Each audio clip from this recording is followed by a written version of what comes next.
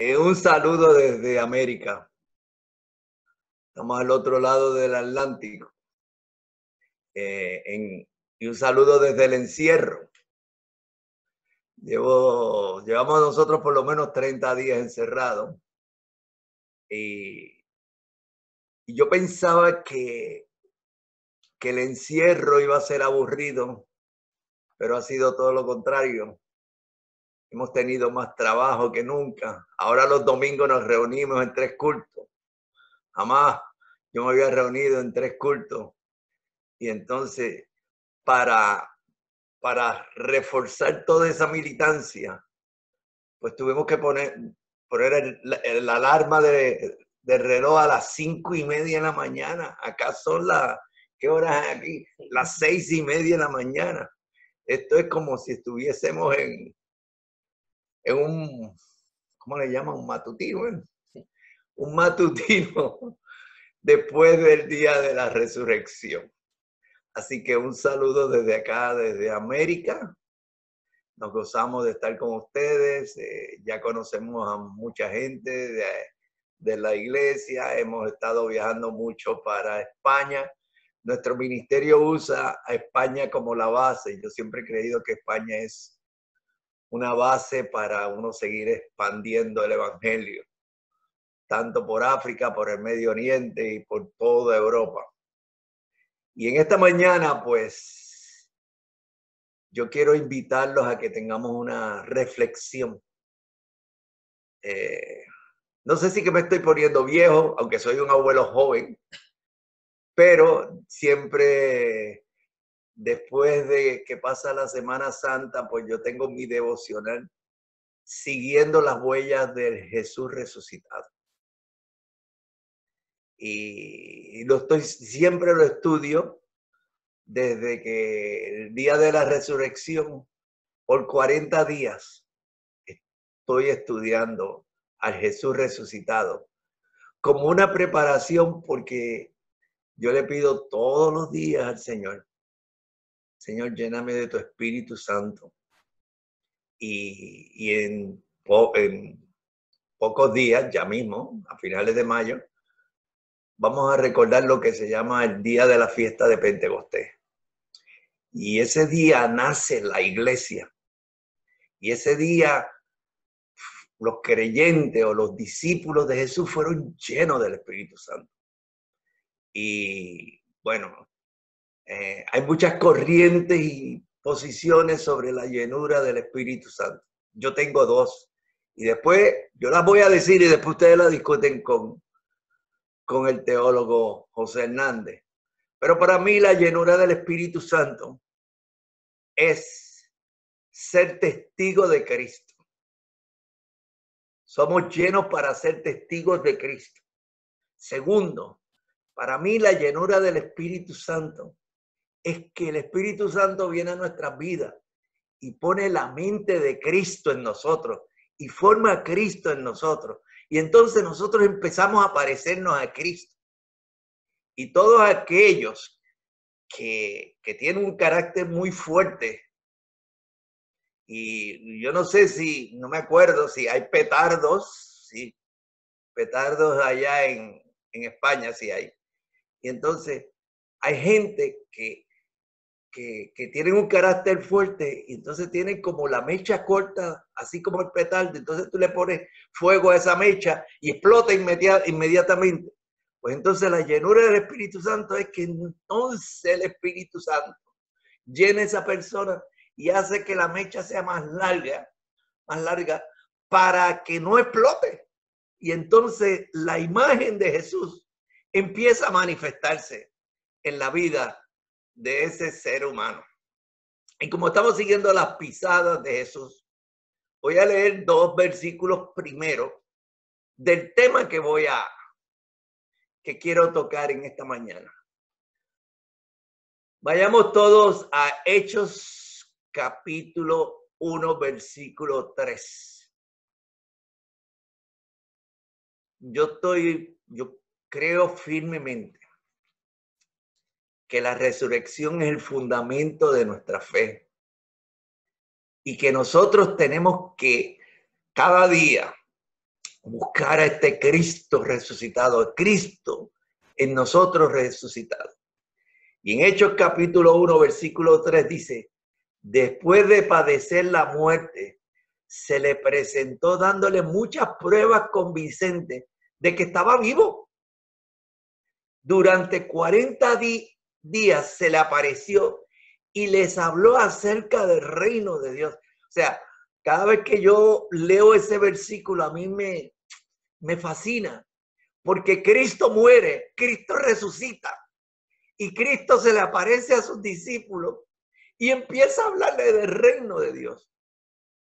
Y eso para mí es maravilloso, oír las enseñanzas de nuevo de Jesús, pero desde la perspectiva ya de que es un Cristo resucitado, un Cristo que ha vencido la muerte, un Cristo todopoderoso, un Cristo que ya no tiene, por decir así, esa condición humana que lo limita, sino que no tiene límites. Y que Él ahora es el Señor de señores. Y que toda lengua va a confesar que Él es el Señor. El segundo pasaje que le quiero leer como parte de la introducción es, vayamos todos a Primera de Corintios capítulo 15. Dice así, Primera de Corintios capítulo 15. Porque ante todo le transmití a ustedes lo que yo mismo recibí. Que Cristo murió por nuestros pecados según la Escritura. Asimismo nosotros podemos escribir esto, porque Pablo está disfrutando del Cristo resucitado y los fundadores le dijeron a él cómo era eso. Y entonces, que fue sepultado, que resucitó el tercer día según las Escrituras y que se apareció a Cefas, luego a los 12. Luego se apareció a más de 500 hermanos a la vez, la mayoría de los cuales vive todavía, aunque algunos han muerto. Luego se apareció a Jacobo, más tarde a todos los apóstoles, y por último, como uno nacido fuera de tiempo, se me apareció a mí. O sea, yo leo eso y yo digo, wow, ahí estoy en esa oración yo también. Fuera de tiempo, se me apareció. Fuera de tiempo, Él, que yo no estaba capacitado, Él me llamó y me escogió. Y ahora soy discípulo de ese Cristo crucificado. Y el versículo 9 dice, admito que soy el más insignificante de los apóstoles, que ni siquiera merezco ser llamado apóstol porque perseguía la iglesia. Yo no sé si usted ha tenido alguna experiencia de conocer a alguien que haya visto a Jesús resucitado. Yo no sé si usted ha tenido esa experiencia. Yo, gracias a Dios, he tenido 2 experiencias. Se las voy a contar antes de comenzar rapidito. Estaba yo en el desierto allá en el norte de África y me traen un hombre sencillo, muy sencillo, pequeño, delgado. Se llama Ahmed. Y él me empieza a contar cómo conoció a Jesús. Él era musulmán. Y él me empieza a contar cómo conoció a Jesús. Y me dice que él era soldado del ejército de la nación donde estábamos. Y me está contando de que a él, por una situación, lo declararon traidor a la patria y se lo llevaron a una cárcel en el desierto, allá en el Sahara. Dice, de allí nadie sale vivo. Y él me estaba contando de que a él lo estaban torturando y lo tiraron así en una esquina, en el piso. Y de momento, estoy hablando de un musulmán, estoy hablando de un creyente, no estoy hablando de un evangélico que tiene herencia cristiana. Estoy hablando de un musulmán. Y entonces él me cuenta que él estaba tirado en el piso y alguien le toca en el hombro y él abre los ojos y la persona, él abre los ojos, perdón, y dice, ¿y quién tú eres? Y entonces la persona le contesta, yo soy el Mesías, Elisa, que se habla en el Corán. Vengo a decirte que hoy tú vas a salir de esta cárcel. ¿Pero por qué usted dice eso? Vengo a decirte que hoy tú sales. Y él cerró los ojos, Isa se fue. Isa es el nombre de Jesús en el Corán.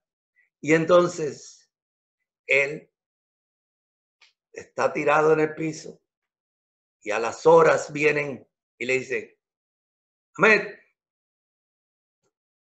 te han dejado libre.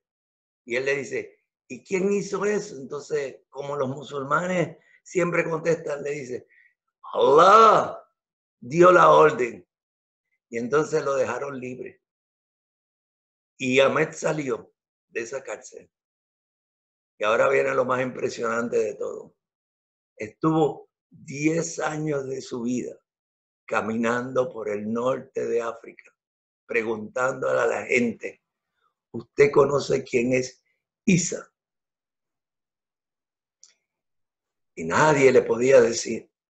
Luego de los 10 años, un primo de él desciende, baja del norte de Europa y llega y le cuenta la misma historia.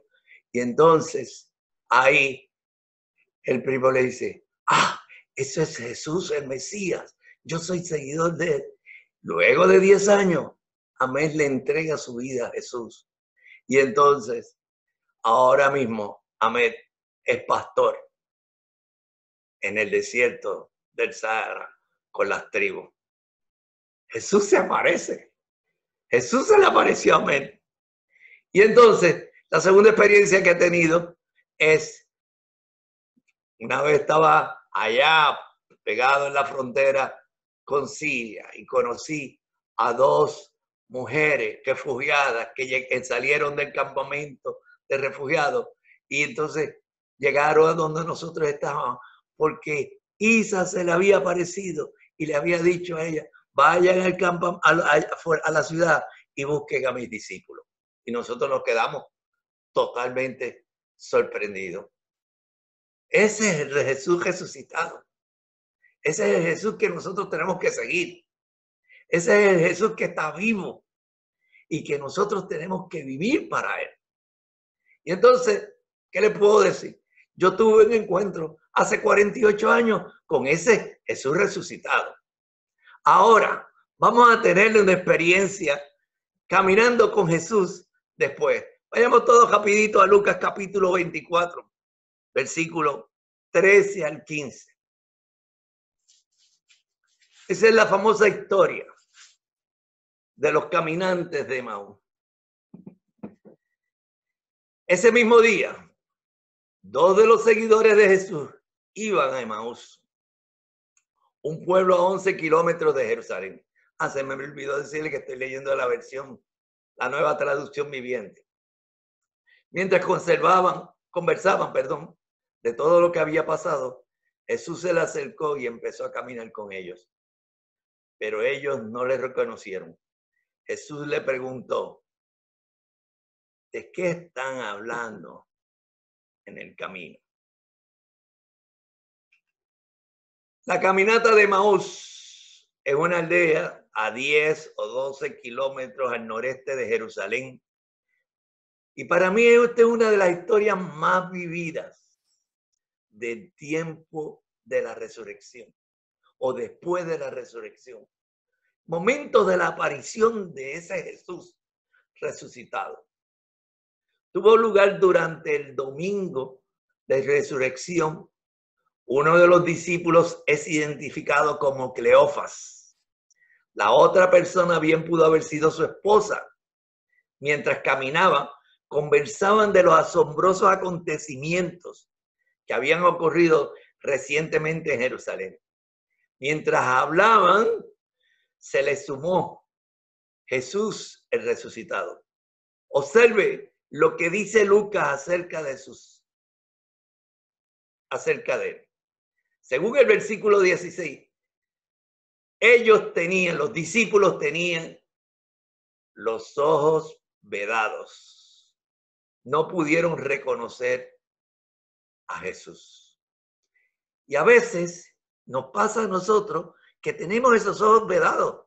Las pruebas, las situaciones, en este momento en que el mundo se ha vuelto al revés, se nos ciega la vista y perdemos de objetivo dónde está ese Jesús resucitado. Que quiero decirle, Jesús resucitado siempre estará con nosotros. Siempre estaré con vosotros hasta el fin. Estaré con vosotros en la prueba. Estaré con vosotros en la enfermedad. Estaré con vosotros, no importa cuál sea la situación de nuestra vida. Jesús siempre estará con nosotros. Y no podemos dejar que nuestros ojos se cieguen o que creen una cortina que no nos deje de ver. Por ejemplo, en estos días he estado oyendo una canción de este adorador que se llama Jesús. Adrián Comero ha sacado una nueva canción que se llama Quédate conmigo. Y entonces una de sus expresiones dice que cuando él le pide a Jesús que cuando salga el sol, que su fe no se ciegue. O sea, cuando aparezcan las pruebas, cuando aparezcan las situaciones, que nuestra fe no se ciegue. Entonces, viene Jesús y le dice, ¿qué están discutiendo en el camino? Cleófas le muestra, eres el único peregrino en Jerusalén que no sabe lo que ha ocurrido. Hoy día serías el único que no sabe. Si fuera hoy en día, vamos a ponerle así, si fuera hoy en día y Jesús se nos aparece, nosotros le contestaríamos, pero tú no sabes lo que está sucediendo. Llevamos encerrados 30, 40 días. Estamos en una situación muy difícil. La economía está muy dura. ¿Eres el único que no sabe qué está pasando en el mundo? ¿Eres tú el único? Entonces empieza Jesús a caminar con los discípulos. Te quiero decir, primer principio, nadie puede conocer a Jesús si no es a través de la Escritura. Si usted va al versículo 31 y después lo lee, sus ojos fueron abiertos y lo reconocieron. La pregunta es, ¿qué ocurrió durante esa caminata? ¿Cómo pueden ser abiertos esos ojos? Pues mire, podemos conocer por medio de Cristo las Escrituras. En estos días yo he estado hablando con muchas personas que están desesperadas por la situación del encierro. Y yo quiero escribir una reflexión, después si quieren se les envío. ¿Cómo enfrentarnos al encierro? Primero, tenemos que aprender a enfrentarnos al encierro en familia. Hubo un encierro cuando Dios le dice a Moisés, dile a los israelitas que siempre están en sus casas, que pongan un sangre en el dintel de la puerta, porque el ángel de la muerte va a pasar y ustedes van a estar en familia allí y yo los voy a guardar. O sea, el fundamento para nosotros enfrentarnos en medio de esta situación del encierro es estar en familia y aprender a comunicarnos en familia. Hemos bregado con problemas matrimoniales, donde ahora es que los esposos, el matrimonio se empiezan a conocer. Llegan al punto y dicen, adiós, mira, si tú vives conmigo, porque vivimos una vida tan afanada y hemos estado tanto en la calle que nos damos cuenta, adiós, mira, este está al lado mío, este vive conmigo. ¿Entiendes? Primer punto. El segundo punto, está el apóstol Pablo encerrado en la cárcel y le dice, en la carta a Timoteo, le dice, tráeme las escrituras, tráeme el pergamino. O sea, cuando usted está en el encierro, lo que usted tiene que empezar es tener una disciplina de leer la escritura y aprender de la escritura y empezar a disfrutar. No, lo traigo como ejemplo. Mi esposa y yo hemos empezado, desde que estamos encerrados, un programa de leer la Biblia juntos para que la escritura abra el entendimiento de nosotros y nosotros podamos comprender cada día más la importancia de ese Jesús resucitado. Jesús, cuando volviendo al camino de Emaús, le reprocha muy fuerte a los discípulos, pero ustedes no entendieron que todo estaba escrito en la escritura. Moisés, los profetas habían hablado, los salmos habían hablado de lo que iba a suceder, del sufrimiento y de la gloria del Mesías. Ustedes no se acuerdan de eso. Y yo me imagino, ahora voy a imaginarnos cuando Jesús caminaba con Cleofas, vamos a ponerle que fuera la esposa, hacia Emaús. Y para abrirle los ojos y que puedan recordar la escritura, Jesús le dice, ¿no te acuerdas que en Génesis 12:3 Dios le prometió a Abraham que por medio de ti serán bendecidas todas las familias de la tierra? ¿No te acuerdas que Dios le prometió a Abraham que en tu simiente serán bendecidas todas las familias de la tierra? ¿No te acuerdas de eso? Pues cuando se estaba hablando de eso, ese era yo, dice Jesús. ¿No te acuerdas que en Primera de Reyes capítulo 8, Dios le promete un hijo a David, el que va a ser un rey eterno? Ese era yo.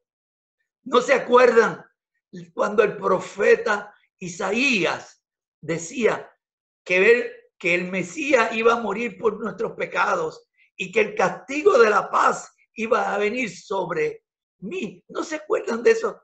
Todas esas promesas iban camino a cumplirse en mí. Como Jesús había dicho antes a sus discípulos, las escrituras son las que dan testimonio de mí en Juan 5:39. Tenemos que buscar a Cristo en toda la Biblia y hacerlo parte de nuestro ser interior. Para nosotros enfrentar las situaciones que tenemos en la vida, tenemos que buscar la escritura, tenemos que leer la escritura y llegar al punto de conocer a ese Cristo resucitado. En segundo lugar, tenemos que aprender a conocer a Cristo en medio de la adoración. Cuando el cuerpo se reúne, cuando la iglesia se reúne, cuando la iglesia celebra la Santa Cena, el partimiento del pan. Ese es el centro de la adoración del Cristo resucitado. Los discípulos de Emaús, cuando llegaron a Emaús, le dijeron, ¿quieres entrar con nosotros? Y Jesús entró con ellos. ¿Cuándo fue que fue quitado el velo de sus ojos? En el momento en que Jesús partió el pan. Sus ojos fueron abiertos. Y ahí reconocieron que su corazón ardía cuando él le hablaba de las escrituras. Los discípulos de Emaús quizás vieron las heridas de sus manos o reconocieron su voz, pero es más que probable que las 4 acciones relatadas por Lucas hayan pulsado una cuerda en la memoria de aquellos discípulos. Cuando tomó el pan, dio gracias, lo partió y se lo dio. Fue entonces que se abrieron sus ojos y lo reconocieron. ¿Cuándo podemos disfrutar la totalidad de la experiencia de Jesús resucitado? Cuando partimos el pan. Dos puntos importantes. Conocer al Cristo resucitado es conocerlo a través de la Escritura. Conocer al Cristo resucitado es conocerlo a través de la adoración. Cuando estás pasando la situación muy difícil en tu vida, mi recomendación, lee las Escrituras. Cuando estás pasando por las situaciones difíciles, en el encierro, yo no sé cuál es la situación que está pasando ustedes, pero no me imagino que están muy lejos de la realidad que están pasando en España.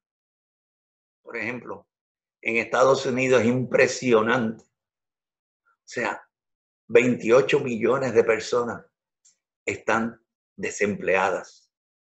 No tienen manera de ganarse la vida. La situación está muy difícil. Yo nunca había visto un aparcamiento, vamos a ponerle, de Walmart, que es como Carrefour, y miles de autos haciendo la cola porque están repartiendo comida y la gente no tiene comida. En Estados Unidos yo nunca había visto eso. ¿Entiendes? Que este es el centro de la abundancia. ¿Entiendes? Cuando vamos al mercado, no hay carne. Todavía no entiendo por qué el papel sanitario se acaba. No hay. Va a llegar el momento que no vamos a tener nada. ¿Entiendes? Y ayer leí la noticia donde se espera que en el mes de julio nadie coma carne en Estados Unidos. Porque las procesadoras de carne, todos los empleados se han estado contaminando. No va a haber ni cerdo ni carne de vaca. ¿Cuándo? Nosotros habíamos visto eso. Pero en medio de toda esta situación, el Cristo resucitado está trabajando y está caminando con nosotros y está dando la fortaleza y nos está dando la sabiduría y nos está formando nuestro carácter para, no importa la situación que estemos pasando, aprendamos a ser agradecidos a Dios. ¿Qué les quiero estimular a ustedes? Abracemos a Jesús. Abramos nuestro corazón a Jesús. Vivamos para Jesús. Conozcamos al Cristo resucitado. Después, años después, Pablo dice, lo único que me interesa es conocerlo a Él. Yo llevo ya 48 años sirviendo al Señor. Lo único que me interesa es conocerlo a Él y vivir para Él. Cerremos nuestros ojos y miremos nuestro corazón. ¿Cristo está reinando en nuestro corazón? ¿O estamos dejando que nuestras ansiedades estén arropando nuestras vidas?